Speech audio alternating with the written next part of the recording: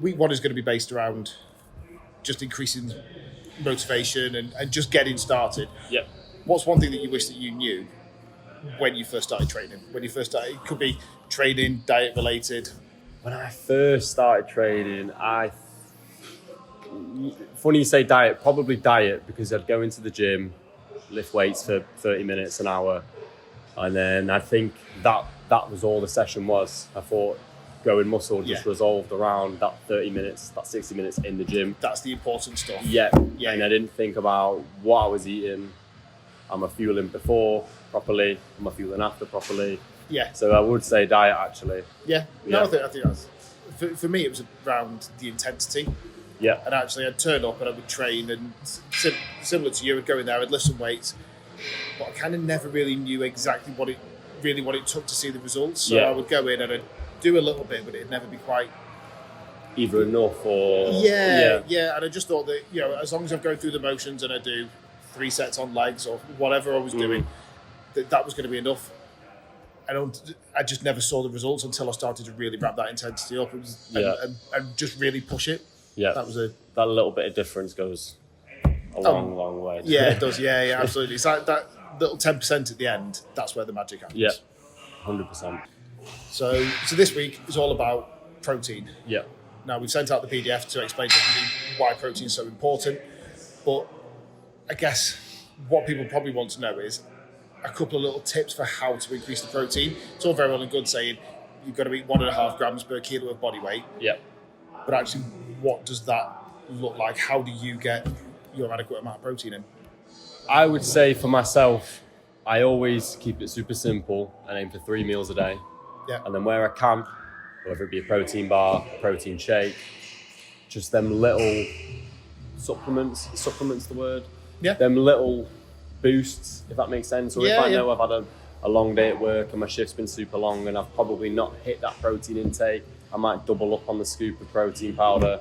Just these little, just being that little bit more aware of how much protein you're taking. I think that makes all the difference. Yeah.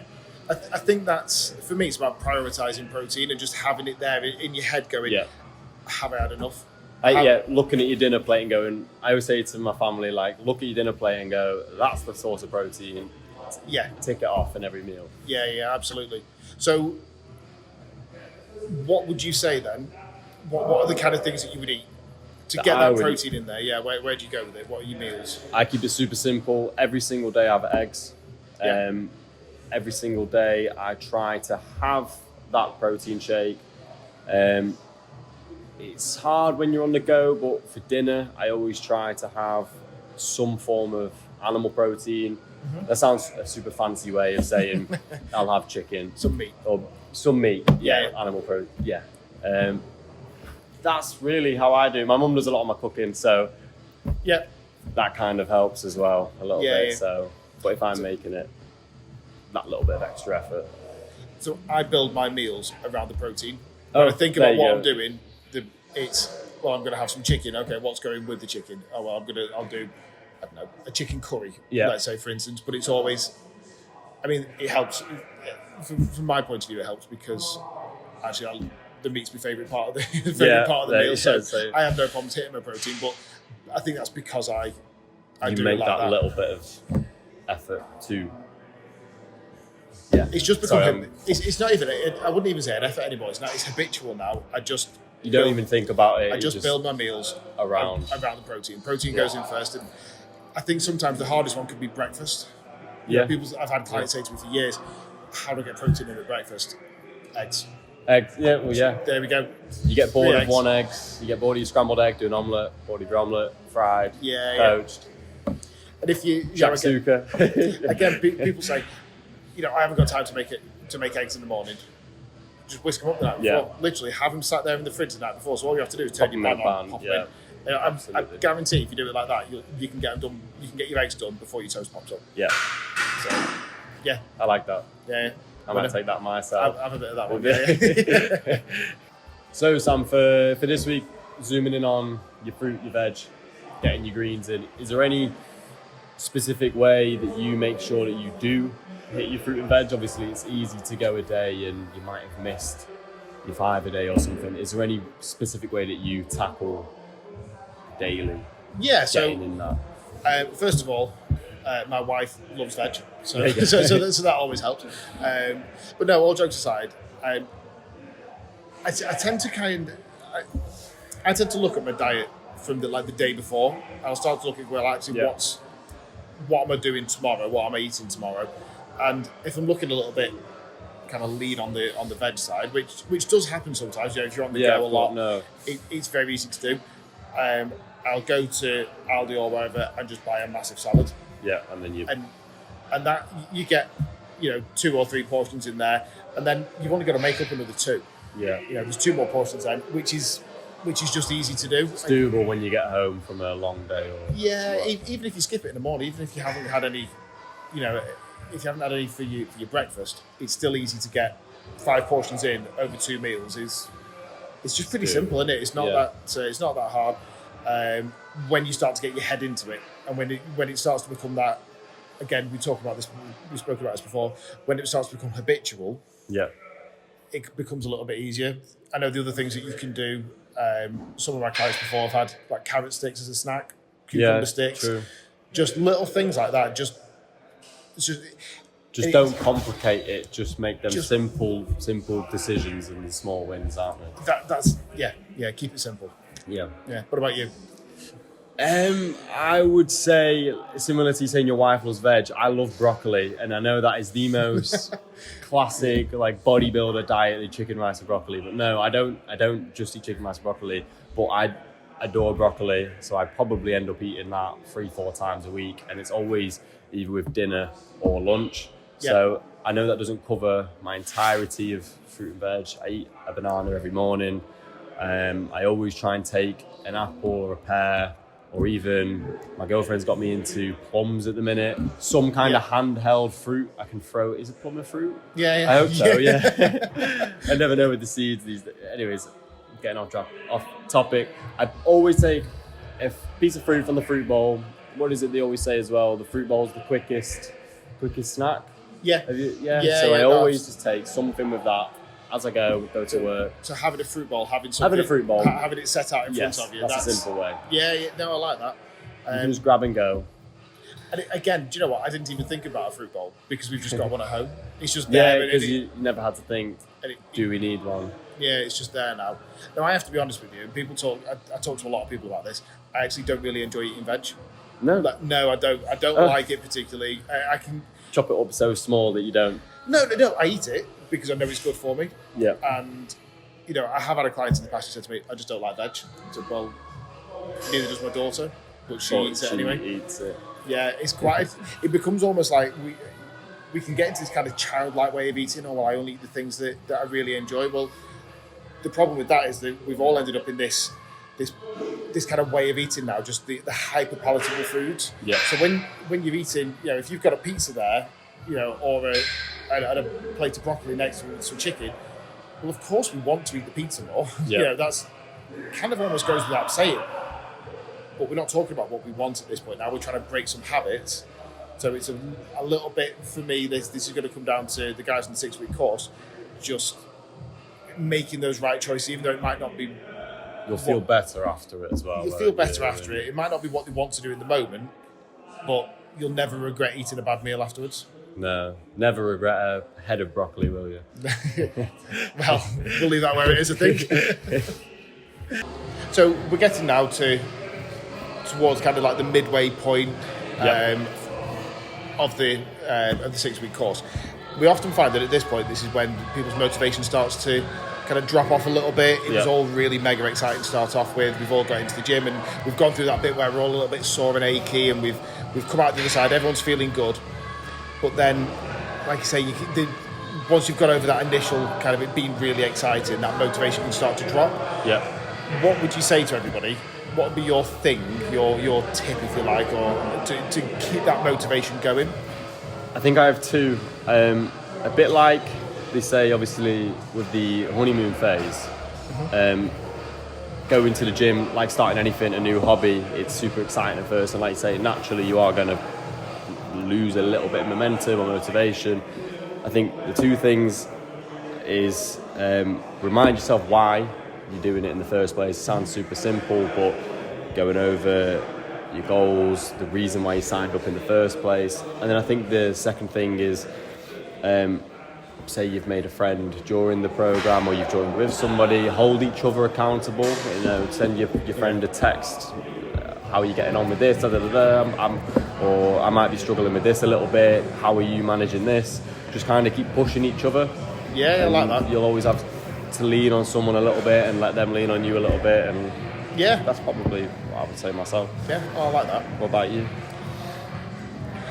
I find motivation quite an interesting one, because my motivation it's changed so much over the years. When I first started training, it was so that I'd look better, so I could go and speak to women or girls at the time, and that's clearly not my motivation anymore. Now I'm married with 3 kids. Yeah. So I think for me, it's not about...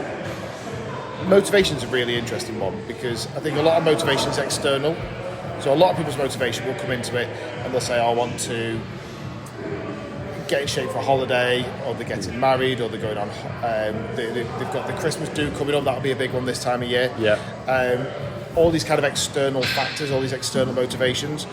For me, I think it comes down to, rather than motivation, we should be focusing on the drive. What's the internal reason that you're doing it? Motivation's going to keep you. That's like if you imagine different fuels on a fire. Motivation's like petrol. You pour it on and it bursts up into a massive flame, and it's great fun to watch and everything, but it burns really quick. Whereas drive, it's that real intrinsic, that internal. It's the coal sat at the bottom of the fire. And what's that for you? And I think that's not a sexy answer, because it takes. I think that is exactly a sexy answer. Do you know well? Yeah, I really like that. I think it takes some real soul searching to know your real reason why. Yeah. Like what it is you really want. Yeah, so I really like that.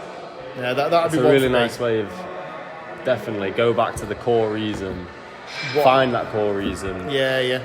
But then equally, if you can temper that and say, well, actually, what's the short-term motivation? Is it that you've got a party coming up? Well, actually, are you going to make your dress? Are you going to fit in your dress by the time your party comes up in 3 weeks' time? Yeah. Well, but also knowing, kind of internally and intrinsically, what you're doing and why you're doing it. Mm-hmm. Yeah. Wow. So, what's been the biggest change for you in your training, your motivation, your diet in the last 6 to 12 months? Obviously, we spoke about what you wish you knew when you first started, but what's been kind of the latest thing that's... I would say it's really, really been knuckling down on a structured program, and then I don't mean necessarily go on Monday. I only do this on a Monday, because obviously life gets in the way a bit, and if you miss your Monday, you don't want it to then affect the rest of your week. So I follow a 4-day lifting split, and I think just having a properly thought out, structured workout 4 times a week. I can fit that for the 4 times a week in 7 days. If I did don't miss do it on a set day. It's just over the week. I'm fitting this in. Okay. In worst case, if I did miss, say 1 week, I only get the 3 in. I'll just roll over to the next week. Yeah. But I would say, just having that really well thought out, structured program. Yeah. Do this exercise. Do this. I find it quite addictive as well when I tick them off on my calendar at home. So I go, right, I'm whatever week into this now. Do you have that like visually, like I on the wall or literally something? have on my calendar like upper day week 4, so you something like that, and I tick them off, and I can see it stacked up again. Oh, I like that. So probably something like that. Yeah. What about you? Sleep. So sleep has been a really big one that I've had to. So inherently, I don't sleep a lot. I think we mentioned before, I've got a young family, so I'm up early in the morning. I've got business that I've run and stuff. So the first thing that for me that drops when I start to get busy is sleep. I just sleep less, and I kind of got into a bit of a habit of that being kind of normal. The norm, yeah. But when I started, I realised that nothing was moving for me. It wasn't kind of going in the way that I wanted it to. So I dialed it back and went, do you know what, I'm just going to have to sleep more. Yeah. So now, sleeping more and prioritising and focusing on actually having a bedtime, which I know sounds really childish, but it's the opposite, isn't it? Yeah. Having a set bedtime. This is what time I go to bed, because I know that I need 7 hours sleep. And And what I've found is that I'm not so much a busy fool anymore. I'm more productive at work. I'm better in the gym. I'm getting better results. I'm nicer at home with the family because I'm not knackered all the time. Yeah. And because of that, actually, it's allowing my body to just recover and kind of get the most out of my training. So, it's a knock-on effect, like you say, a good habit in, maybe mastering is not the word, but perfecting or getting as close as you can to that, like you say, that 7 hours. It's only going to benefit everything else, isn't it? Yeah. So absolutely. I mean, I think the other thing there, actually, I think you just actually touched on something, was that it doesn't need to be perfect. No. And there's some nights, do you know what? I sit here and I say to you, I'm going to get 7 hours sleep. I don't get 7 hours sleep every night. There's some nights that one of the kids wakes up or, something happens. And I try and roll it on a little bit. But sometimes, life's not perfect.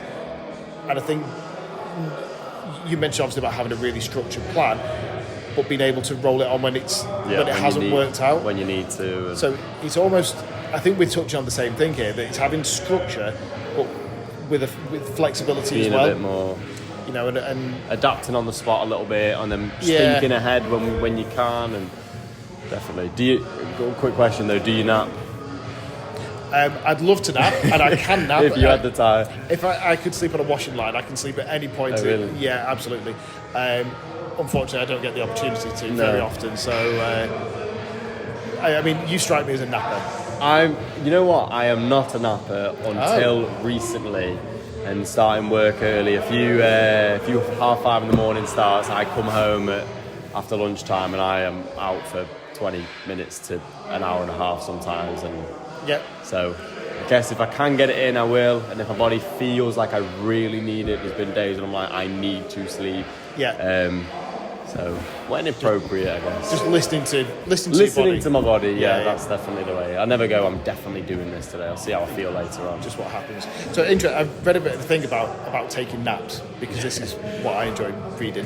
Yeah. So this book reckons that it takes 18 to 20 minutes for your body to start to go into like a real sleep cycle. Yeah, like your REM sleep and something like that. Yeah, I don't know I'm going to butcher it if I try and go really, really complex with it. But the long and short of it, the takeaway was that if you nap, set your alarm for 20 minutes. Yeah, you shouldn't go over. If you go over 20 minutes, then you're going to wake up feeling groggy. I know exactly that. Anything, but yeah, 20 minutes, you wake up feeling refreshed and feeling better for it. Rest in your eyes. Yeah, I do that a lot with my wife. Yeah. When I'm watching the TV. Yeah. Nice. Okay, cool. What else have we got? Let's do a move. We should get a Revolve podcast going.